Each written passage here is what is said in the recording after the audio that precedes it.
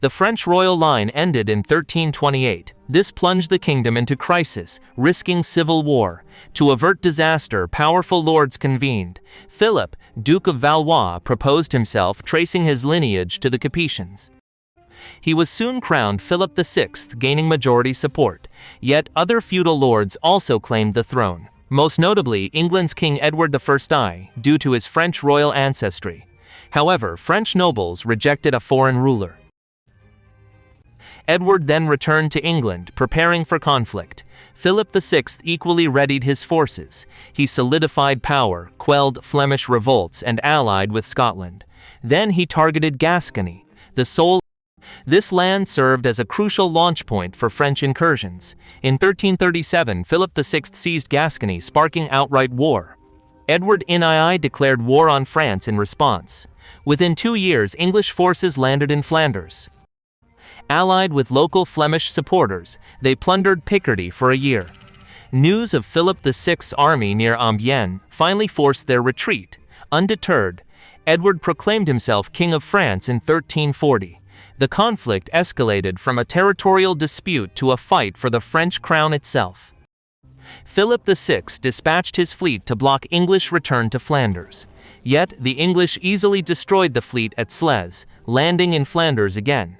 War erupted in Brittany, with English-backed John of Montfort claiming the ducal title.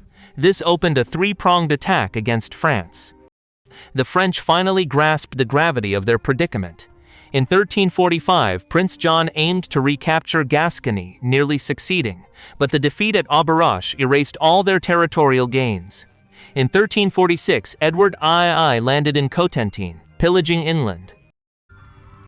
The French king moved his troops to Rouen, anticipating an English advance. However, Edward marched his army towards Paris instead. Lacking the strength to conquer the city, the English raided surrounding areas before heading towards Flanders. The French pursued, and the armies met near Crécy in Picardy. The French held a numerical advantage with more cavalry and mercenaries. The English relied on disciplined troops and their renowned longbowmen. The first French assault began before half their army was ready. Disorganized attacks followed, as each lord led his contingent separately. French cavalry trampled their own crossbowmen due to poor coordination. English longbowmen relentlessly rained arrows on the advancing French. Knights repelled any enemy who got too close. Despite 17 French attempts, all attacks met the same disastrous end. That night, Philip VI acknowledged his army's severe losses and retreated. A third of his army remained on the battlefield. After this victory, Edward I focused on securing his continental territories. The year-long siege of Calais ensued, giving France time to regroup. However, Philip VI, wary of another defeat, avoided direct confrontation. He ceded Calais to the English, and a truce was soon agreed. Edward returned to England and Prince John became King John II. John II sought to decisively defeat the English and regain lost lands. Edward II preempted this, making impossible demands during negotiations. When John II refused, the truce was declared void. In 1355, 2 English armies landed. One, led by Edward II, arrived at Calais. The other, by his son, the Black Prince, landed in. The Black Prince immediately began plundering Occitania and then Aquitaine. King John II gathered a large army and marched south, meeting the Black Prince at Poitiers. There, the French repeated many of Crécy's mistakes, suffering heavy losses. King John II was captured, an unexpected success for the English. They quickly agreed to a truce in Bordeaux, exchanging the French king for a large ransom. Prince Charles prepared to pay, but Parisians rebelled, demanding the funds for war. The prince fled to Reims, while Charles II of Navarre also claimed the crown. Known as Charles the Bad, he intrigued and he began gathering an army, aiming to seize Paris and claim the throne. However, a peasant uprising, the Jacquerie, erupted in northern France in 1358. Peasants were angered by the war, rampant banditry, and government inaction. Charles the Bad saw an opportunity, pretending to aid the rebels.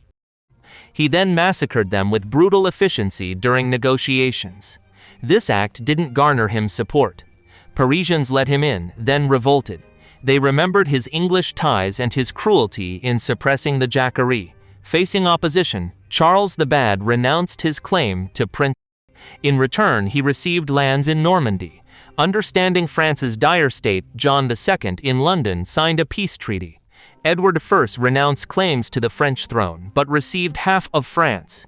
The French rejected this treaty. Parisians welcomed Prince Charles back.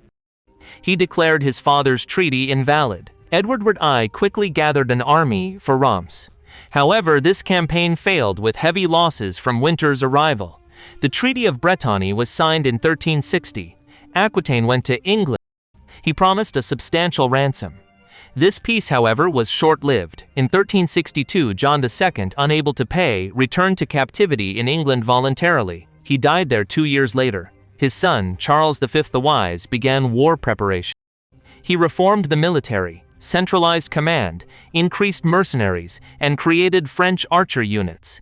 Talented leaders were appointed, including Bertrand de Guesclin as constable. Meanwhile, Charles the Bad plotted again to seize Paris and become king. In 1364, Bertrand de Guesclin marched against Navarre. He then defeated his forces at the Battle of Coquerel. This defeat silenced Charles the Bad's ambitions against the French king for a time. The next year, de Guesclin attempted to reclaim Brittany. He suffered defeat at the Battle of Auray, allowing Duc de Montfort to expand his territory. France had many unemployed veterans resorting to looting. King Charles V hired some, but many continued their brigandage. The king devised a clever plan to eliminate these marauders. He intervened in the Castilian Civil War, gathering 15,000 mercenaries under de Guesclin. They were sent to support his ally Henry II of Trastamara. De Guesclin easily defeated Castilian King Peter I the Cruel. What caused the 100 Years' War? It began with a succession crisis in France in 1328. The Capetian dynasty ended, leading to a power vacuum. Philip VI of Valois claimed the throne, supported by French lords. England's Edward I also asserted his claim through royal lineage. French nobles rejected Edward, fearing foreign rule. This rejection ignited preparations for war. The French king seized Gascony, leading Edward to declare war, who sought refuge with the English. Peter subsequently formed an alliance with Edward the Black Prince, and they went back to Castile with a force of 8,000 hired soldiers. The two armies eventually clashed at the Battle of Najera. King Henry II's unfortunate circumstances allowed Peter the Cruel and the Black Prince's troops to vanquish the French forces and apprehend Bertrand de Guesclin. Nevertheless, following this triumph, Peter I failed to Consequently, Edward withdrew his support from the Castilian monarch, leading to the swift downfall of Peter the Cruel's rule. While in Spain, the Black Prince. Upon his return to Aquitaine, he also found himself in conflict with his own barons.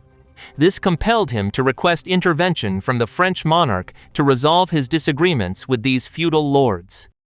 The conflict known as the 100 Years' War reignited with intensified fervor. English forces, under the leadership of Captain Robert. However, they encountered substantial opposition from the French. Bertrand de Guesclin artfully dispersed the English forces through strategic. After a year of engagements, the English sustained too many casualties to continue their offensive and were forced to retreat back to Aquitaine. Yet, de Guesclin pursued them. Following this, Duguesclin advanced towards Aquitaine, capturing numerous towns and cities en route, and in 1372 took control of La Rochelle. The subsequent year, a significant uprising erupted in Brittany. Joan of Arc. Upon returning to Aquitaine, Duguesclin achieved another victory against the English at the Battle of Chizay. Within a 12-month period, the French successfully reclaimed. These considerable French successes were largely attributable to the declining health of Edward, the Black Prince, who, due to his illness, returned to England for medical attention in 1371 and soon thereafter passed away. Just 1 year later, his father, King Edward the new monarch of England, ascended to the throne as Richard II, the son of the Black Prince. In stark contrast to his esteemed father, Richard II possessed a fragile disposition and was heavily reliant. In 1380, French forces crossed the English Channel, engaging in raids and pillaging throughout Kent. The following year, a significant rebellion among the peasantry ignited across England. By 1384, through a marriage alliance, the Duke of Burgundy gained control of Flanders, thereby removing one of England's most affluent allies on the continent. This series of events culminated in a national crisis for England, prompting Henry, Duke of Lancaster, who harbored deep personal animosities towards Richard II, to orchestrate a coup and assume the throne as King Henry IV. France, too, faced its own. Before long, the entirety of France was plunged into a bitter conflict between the Duke of Burgundy and the Duke of Orléans, a struggle that eventually escalated into a full-scale civil war, infamously known as the Armagnac-Burgundian Civil War. Meanwhile, Henry V, who was only the second king to rule England from the Lancastrian. Citing the French government's support for a Welsh uprising a decade prior as justification, Henry V officially declared war and, in 1415, disembarked in Normandy with his army, subsequently advancing towards Calais to secure additional supplies. The French military. At the Battle of Agincourt, the French army once again demonstrated a notable lack of cohesion, resulting in a catastrophic defeat where they lost approximately one-third of their combatants. The Battle of Agincourt proved to be The French military, which was ostensibly tasked with protecting the kingdom, had effectively ceased to exist as a viable fighting force. By 1419, English forces had successfully conquered Normandy. Shortly thereafter, the Burgundians, incensed by the treacherous assassination of their duke, decided to align themselves with the English. Consequently, in 1420, Charles VI was compelled to sign the Treaty of Troyes, which stipulated that, upon his demise, for this arrangement to be finalized, Henry V was required to wed the French Princess Catherine of Valois, a union that would, in the future, bring about unforeseen tragic circumstances for the Lancastrian dynasty. In 1421, unwilling to accept the prospect of being denied the throne upon his father's death, he resolved to confront and defeat the English forces. He encountered Duke Thomas of Lancaster. In the course of the Battle of Beaujolais, the English forces were ensnared in an ambush and ultimately vanquished, with Duke Thomas losing his life. In 1422, both King Charles VI and King Henry V passed away.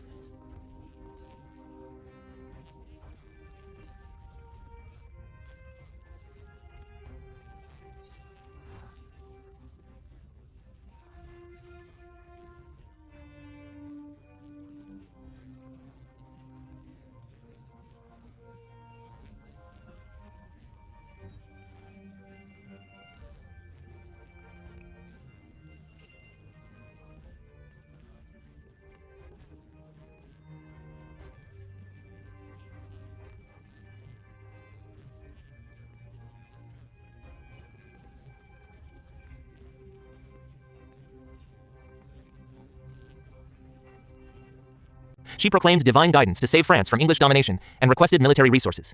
Various speculative theories persist regarding Joan of Arc's origins. After being granted a small contingent of soldiers by Prince Charles, Joan of Arc embarked on her mission to relieve the siege of Orléans.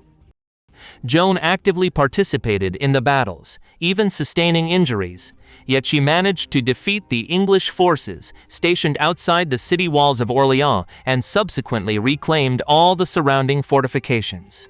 She entered the liberated city of Orléans in triumph and, through these actions, she liberated the entire Loire Valley. These successive victories significantly bolstered French morale, and Joan of Arc, acclaimed as the populace of Champagne, yielded their territories without offering any resistance. The French prince, now recognized as Charles V, proceeded to Reims for his coronation ceremony, thereby earning the She initiated a siege of Paris, but the English and their Burgundian allies had established a formidable defensive presence, leading to the failure of. Meanwhile, the inhabitants of Compiègne launched an uprising against the English occupation, but the city subsequently came under siege by the Burgundians. Joan of Arc, acting without awaiting further reinforcements, ventured to support the besieged populace of Compiègne, but she suffered a defeat in the ensuing battle. And notwithstanding this tragic outcome, Joan of Arc emerged as a revered heroine of France. Following the demise of the Maid of Orléans, the French forces did not cease their military operations. Charles VI undertook significant military reforms. During this period, the French orchestrated numerous insurrections within the occupied territories. The uprisings that occurred in Picardy in 1431 proved impossible to suppress. The English, under the command of. However, the insurrection in Rouen was met with brutal suppression. In 1435, French forces triumphed over the English at the Battle of Gerp. In that same year, Duke Philip the Good of Burgundy, concerned by the escalating French successes in the conflict, formally reintegrated Burgundy into the French crown. As a gesture of reconciliation, he granted independence to. In 1449, Charles VV initiated a military campaign targeting Normandy. He secured a decisive victory against the English at the Battle of Formigny, after which the citizens of Rouen. 2 years later, Charles VI directed his attention southward and easily achieved the capture of Bordeaux. Nevertheless, the subsequent year saw the English, led by Baron Talbot, successfully retake the city. In 1453, Charles VI led his army back to Gascony and achieved. The French artillery played a pivotal role in this engagement, heralding the dawn of a new epoch in military history, according to numerous historians. Although the final English-held stronghold, Calais, was not reclaimed by the French. The 100 Years' War, which initially stemmed from a dispute among nobility over royal succession, ultimately evolved into a conflict between two distinct nations, England and France. On one hand, it served as a powerful showcase of national valor and heroism, while on the other it revealed a disturbing undercurrent of particular cruelty. Furthermore, the 100 Years' War marked who had fled to the English for sanctuary.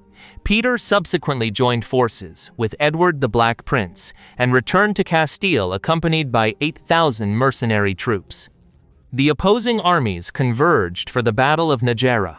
Exploiting the misfortunes of Henry II, Peter the Cruel, and the forces under the Black Prince successfully vanquished the French contingent and captured Bertrand. This resulted in Edward's abandonment of the Castilian monarch, which swiftly brought an end to Peter the Cruel's reign. While in Spain, the Black Prince contracted a severe. Upon his return to Aquitaine, he also entered into a dispute with his own vassals. This situation necessitated his seeking mediation from the French sovereign regarding his conflicts with the feudal lords. Charles V. The prolonged conflict known as the 100 Years' War reignited with renewed intensity. English combatants, under the command of Captain.